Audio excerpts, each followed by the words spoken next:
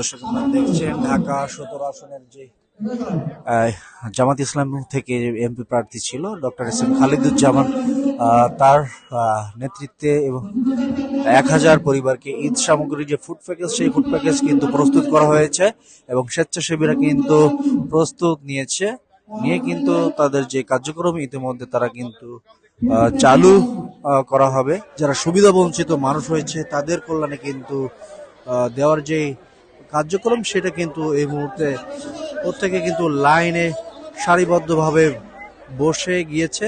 সেই চিত্র কিন্তু এই মুহূর্তে আপনারা দেখছেন। মহিলা ভলেন্টিয়ার এবং পুরুষদের পুলিশ ভলেন্টিয়ার দিয়ে তাদের কার্যক্রম কিন্তু ইতিমধ্যে চালু রেখেছে। আমরা সবাই খুশি, ইনশাল্লাহ এভাবে যেন এই কাজ যেন অব্যাহত থাকে এবং জামাত ইসলামের শক্তিশালী করা যায়। এভাবে আমরা সবাই চেষ্টা করবো, সবাই আমরা সংগ্রামের সাথে থাকবো, মাঠে সবাই আমরা এই কাজের জন্য অব্যাহত থাকবো। জামাত ইসলামের পক্ষ থেকে সব সময় অব্যাহত থাকবে ইনশাআল্লাহ।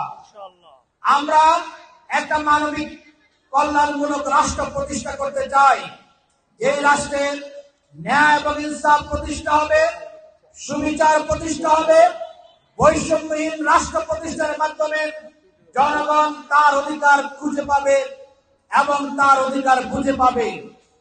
আপনারা জানেন আমাদের রাষ্ট্র সুজলা সুফলা বাংলাদেশ, এখানে সম্পদের কোনো অভাব নেই, কিন্তু সঠিক নেতৃত্বের অভাবে সম্পদের সুষম বন্টন করে জনগণের দোরগোড়ায় সেবা এবং সম্পদ পৌঁছানোর দায়িত্ব রাষ্ট্রের। আমাদের সমাজের সেই কাঙ্ক্ষিত নেতৃত্ব প্রতিষ্ঠা না থাকার কারণে এদেশের যারা মন্ত্রী হয়, এমপি হয়, চেয়ারম্যান হয়, কাউন্সিলর হয়, তারা আগে নিজের পকেট পুরায়, তারপরে নামকা অবস্থে জনগণের মাঝে তার অধিকার কিছু বিতরণ করার চেষ্টা করে।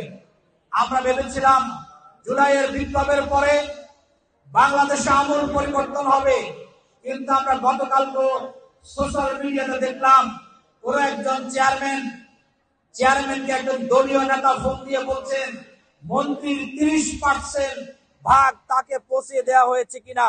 সম্মানিত উপস্থিতি, এই যে 30%, 10%, 20% অর্থাৎ জনগণের অধিকার থেকে, গরিব দুঃখী মেহনতি মানুষের অধিকার থেকে অংশ কেটে নেওয়ার যে সংস্কৃতি বিগত দিনে চালু, গরিবেরা দিন দিন নিঃস্ব হয়েছে। এই সংস্কৃতি আর চলতে পারে না, এই সংস্কৃতি চলতে দেওয়া যায় না। বাংলাদেশ জামাত ইসলামী নতুন ধারার রাজনীতি প্রতিষ্ঠা করতে চায়, কল্যাণমূলক সমাজ প্রতিষ্ঠা করতে চায়, গরিবের হক গরিবের কাছে ফিরিয়ে দিয়ে একটি উদার রাজনীতি সৃষ্টি করতে চায়। মানুষ তার অধিকার ফিরে পাবে, মানুষ সত্য এবং ন্যায়ের পক্ষে থাকবে। আমরা আল্লাহ তাআলার শুকরিয়া আদায় করি যে মহান রব্বুল আলামিন আমাদের জীবনে আরেকটি রমাদান নসিব করেছে। এই জন্য আমরা সবাই শুকরিয়া আদায় করি, আলহামদুলিল্লাহ।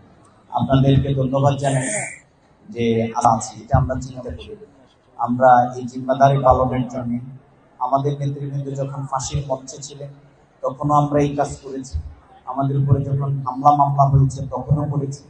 আমরা নির্বাচনে আমাদের বিজয়কে ইঞ্জিনিয়ারিং এর মাধ্যমে ছিনিয়ে নেওয়া হয়েছে, তখনও আমরা এই কাজ করেছি।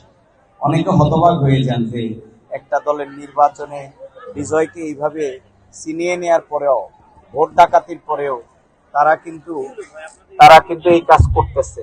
অনেকে হতবাক হয়ে যান, কিন্তু না, আমরা এই কাজ করেই যাব ইনশাআল্লাহ। সম্মানিত ভাই এবং বোনেরা, সম্মানিত উপস্থিতি, তাই আমরা আজকের এই সুন্দর আয়োজন সাজাবার মধ্য দিয়ে আমরা সবাইকে, সামর্থ্যবানদেরকে আহ্বান জানাতে চাই যে আপনার সম্পদের মধ্যে আমাদের এই অসহায় বঞ্চিত মানুষের অধিকার আছে। আপনার উপরে যাদের উপরে যাকাত ফরজ, আপনি যাকাতটা পরিশোধ করুন। আমরা এই প্রোগ্রামটা করার মাধ্যমে সামর্থ্যবানদের অনুভূতিতে নাড়া দিতে চাই। সাথে সাথে যারা সরকারে আছেন তাদেরকেও আমরা বলতে চাই যে অসহায় দরিদ্র মানুষের পাশে দাঁড়াবার দায়িত্ব রাষ্ট্রের। শুধুমাত্র দল দেখে নয়, বরং জনসাধারণের সমস্যার সমাধানের দায়িত্ব হচ্ছে রাষ্ট্রের। আমরা আশা করব আমাদের জনগণ যাতে রাষ্ট্র কর্তৃক উপকৃত হয়, জনগণ যাতে রাষ্ট্র কর্তৃক নির্যাতিত না হয়, আমরা সরকারের কাছে সে আহ্বান জানাবো। সম্মানিত ভাইয়েরা, আমরা তাই সরকারের কাছে সে আবেদন জানাবো, জুলুম নির্যাতন বন্ধ করতে হবে। এখনো বিভিন্ন জায়গায় দাঁড়িপাল্লার পক্ষে 11 দলীয় জোটের পক্ষে যারা ভোট দিয়েছিল তাদের উপরে নির্যাতন হচ্ছে, অবিচার হচ্ছে, এগুলো কিন্তু বন্ধ করতে হবে। আমরা আসুন একটি মানবিক সুন্দর বাংলাদেশ, সন্ত্রাস এবং দুর্নীতি মুক্ত, চাঁদাবাজি মুক্ত একটি গুলশান এবং লক্ষ্মীপুর করবার জন্য, একটি বাংলাদেশ গড়ে তুলবার জন্য আমরা আজকে ঐক্যবদ্ধ হই। আপনাদেরকে সেই ঐক্যবদ্ধ হওয়ার জন্য আমরা আহ্বান জানাচ্ছি। আমরা